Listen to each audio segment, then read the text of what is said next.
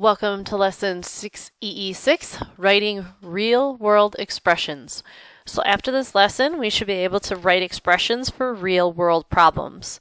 All right, so I really want to emphasize on here that we are writing expressions. We are not solving these problems. We are writing the expressions to work towards solving them. All right, so we're looking at problems that might not have an answer because we might not have all the information, and we're going to set up an expression to help us solve that problem when we do have all the information. All right, first things first, I need to look at our vocabulary. So operation. An operation is a mathematical process. The most common of those are add, subtract, multiply, and divide.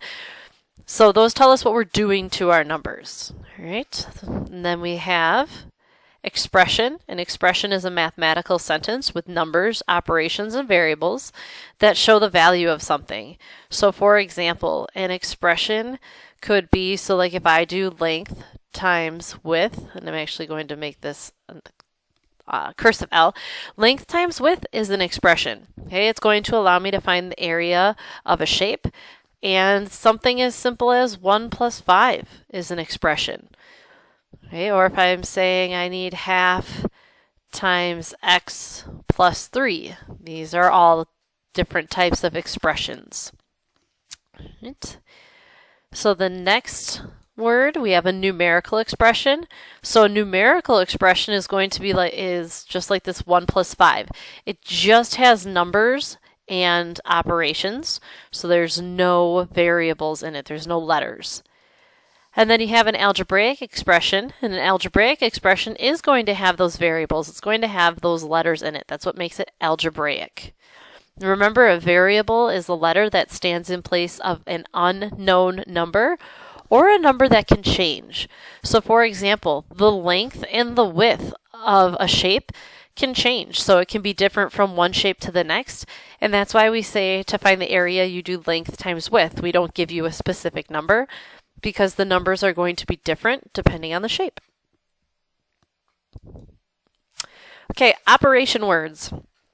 So it's important to note that when we talk about real world problems, it's very, very, very unlikely that somebody is going to come up to you on the street and say, add 6 plus 7, and that's going to solve my problem right now. That's not the case. Okay, we're going to be talking about finding totals, and I need half of this, and I only have 4 people coming for dinner. So how do I figure that out? Okay, so we're going to look at different phrases or terms that tell us to do the different operations. All right, so for example, add. When I'm talking about add, we might hear somebody say find the sum. So find the sum of the number of green apples and the number of red apples. Total, we hear this one a lot. Now we have to be careful though, because total doesn't always just mean add. It might mean that we have to do some other things too. We might have to multiply and then add, but total often means that we have to do some sort of addition. More than. So if I'm using more than, I might say something like, Laura has 13 students in her class today. Sarah has 6 more than that. How many students does Sarah have? So more than tells me that I'm going to need to add to solve this problem. Plus, pretty straightforward. It's one that we are it's pretty common, pretty aware of.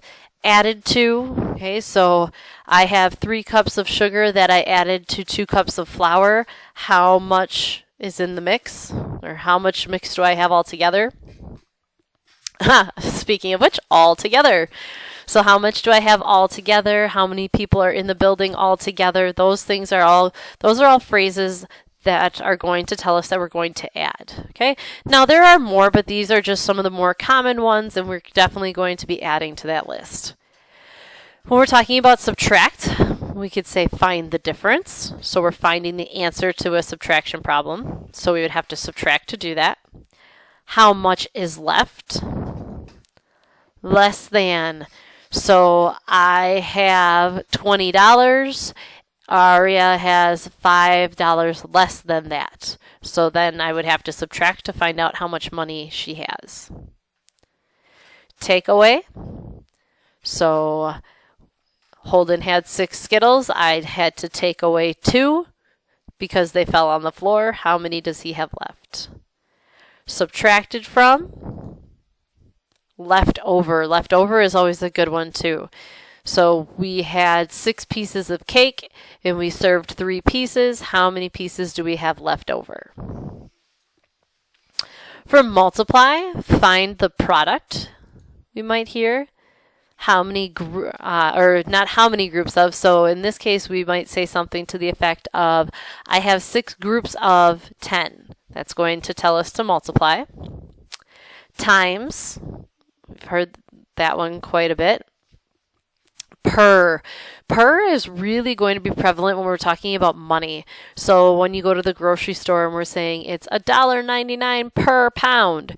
So I'm going to take $1.99 and I'm going to multiply it by how many pounds of apples I purchased. Of is going to tell us to multiply, but only when it's being used to talk about groups of something. So we talked about trays of cookies in a previous lesson. So that of tells me I'm going to multiply to figure out how many cookies I have. But if I say the color of my computer screen is blue, that's not telling me to multiply. Half of. So when we're talking about this, so there's half of, a third of, fourth of. These are all telling us that we need to multiply. So half of means I'm going to multiply by 1/2. A third of means I'm going to multiply by 1/3, and so on. Okay, and then each. So if I say we're in class today and I gave everybody 2 pieces of gum each, that means I'm going to take the number of students and multiply it by 2, and that's going to tell me how many pieces of gum I handed out. Divide, find the quotient. Put into groups. Now this is where it's different than groups of, so listen to these 2 phrases. I have 6 groups of 2. I have 12 pieces and I'm putting them into groups of 3. How many groups did I make? So you really have to listen to and read out loud sometimes that problem so you can hear what groups of is saying, what the context of it is. Okay, again, per. Per can be another one that is multiplication or division. So if I have 100 students and we can put, 45 per bus, how many buses do I need? So I'm going to take 100 and divide it by 45. Equal groups. So when we talk about we're going to put students into equal groups of 4. So I'm going to have to take my number of students and divide by 4. Split. Okay, so we're going to split into groups. It's also going to be something that is going to imply to us that we are going to divide. All right, so let's go ahead and give this a shot here with an actual word problem. So I need to look at the problem. It asks me to write an expression to help them determine how much money they would make total after their sale. All right, good word here, total. Okay, so how much money would they make total after their sale? Well, in order to know how much money they're going to make, wouldn't we need to have an idea of what they're selling and maybe how much they're selling it for? These are questions you should ask yourself before you start solving a problem. What would I need to know to answer this question? And then those are the things you want to look for in the word problem. That's why I always look for the question first and then go back and read the problem. So, at the holiday bake sale, you can purchase several different sweet treats like brownies, cookies, Rice Krispie treats, and cake pops. Charlotte decided to sell cookies for 25 cents, brownies for 50 cents, Rice Krispies for 75 cents, and cake pops for $1.25. So you can see over here that we have their little bake sale sign, and it tells us that it confirms that it's 25 cents per cookie. So that line there means per. So we said we wanted to know what we're selling. Well, we are selling cookies, brownies, Rice Krispies, and cake pops. So now what I like to do is I actually like to use different colors when I can to keep my information together. So my cookies I'm going to do in purple, and I know that I'm selling those, that Charlotte is selling those for 25 cents. Right? And this is where colored pencils come in handy. And then I'm going to go back to red. So I have brownies, and brownies are being sold for 50 cents. And then we have Rice Krispies. Do that in green. Those are being sold for 75 cents.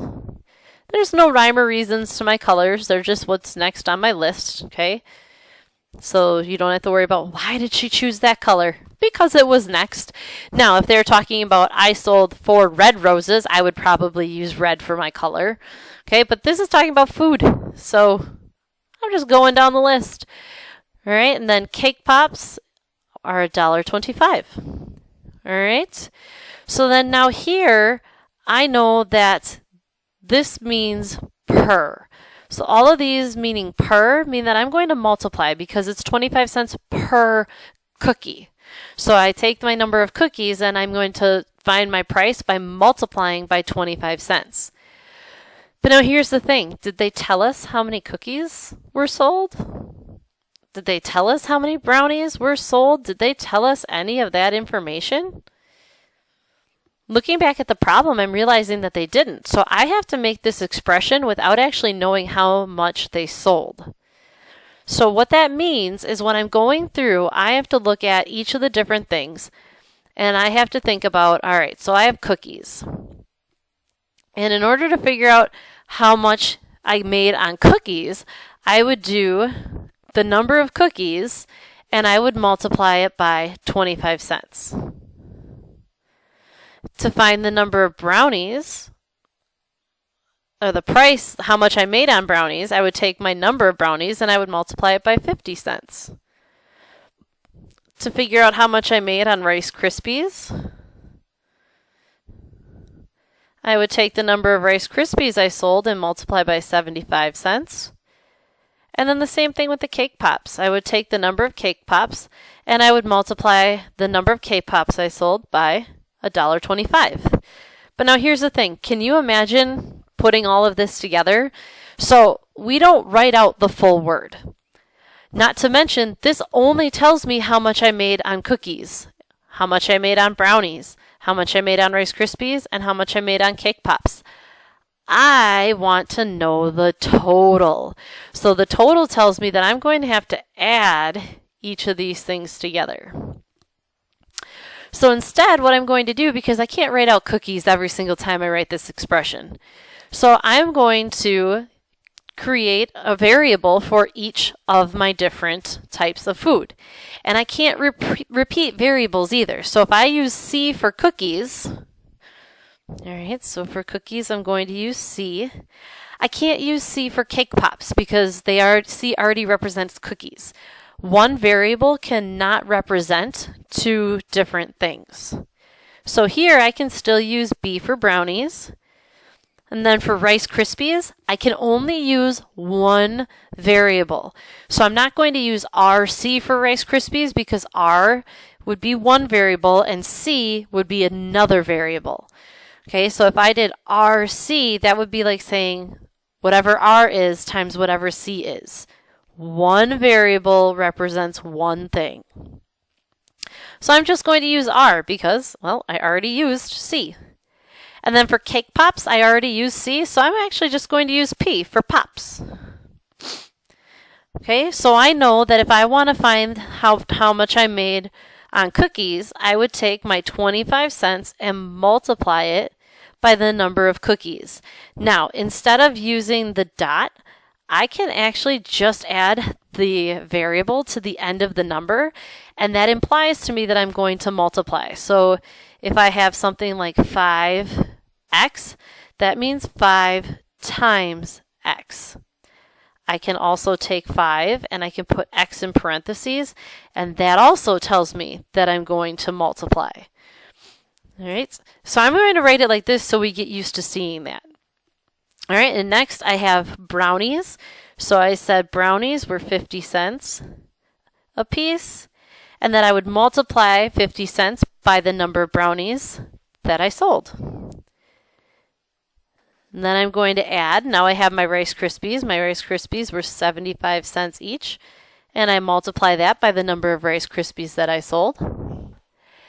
And then last but not least, I have those cake pops that were $1.25, and I'm going to multiply that by the number of cake pops I sold. Now notice there's no way to solve this problem because I don't know how many of each thing I sold. But I did exactly what the problem asked me for. I wrote my expression that will allow me to solve at the end. When I know how many of each thing I sold, I'll be able to use this expression to help me find out how much money they made. All right, so I know they spent $55.76 on materials for the bake sale. How would this be added to your expression to help them determine their profit? Okay, well, it's important to know that profit is what you make after your expenses. So to find the profit, I would do the money made. Okay, so the money made, and I subtract what I spent. And that is going to give me my profit. All right. Well, I don't know how much money I made, but I do know, if I go back in here, that I spent $55.76 on materials. So I know that $55.76 is going to be a part of that expression. Now look at here. It says added to your expression. Added in this case does not mean I'm actually going to add. Okay, I'm adding on to the expression by putting another number in there, but I'm not using addition. Because like we said, when you spend something, so when I spend money, it gets taken out of my bank account. Okay, so I know that I'm going to take away that $55.76. But since I don't know how much I made, I have to look back on that last problem and say, well, I don't know how much I made, but I can figure that out. And I can figure that out by doing the 25 cents times the number of cake pops plus the 50 cents times the number of brownies plus the 75 cents times the number of Rice Krispies plus the $1.25 times the number of cake pops. Once I figure all of that out, then I can go ahead and I can take away what I spent. Now notice, I didn't start with $55.76. I didn't take all of this away from the $55.76 because that's not how this works. I'm not taking what I spent. I'm not taking what I made out of what I spent. I'm taking what I spent out of what I made so I can repay myself. All right. So what you're going to do here, we have a couple more problems that I would like you to try on your own. You can go ahead, you're going to do the your turn problem on your own. Make sure that you do your ride, right, and set up your expression, and then we will go over the next one in class.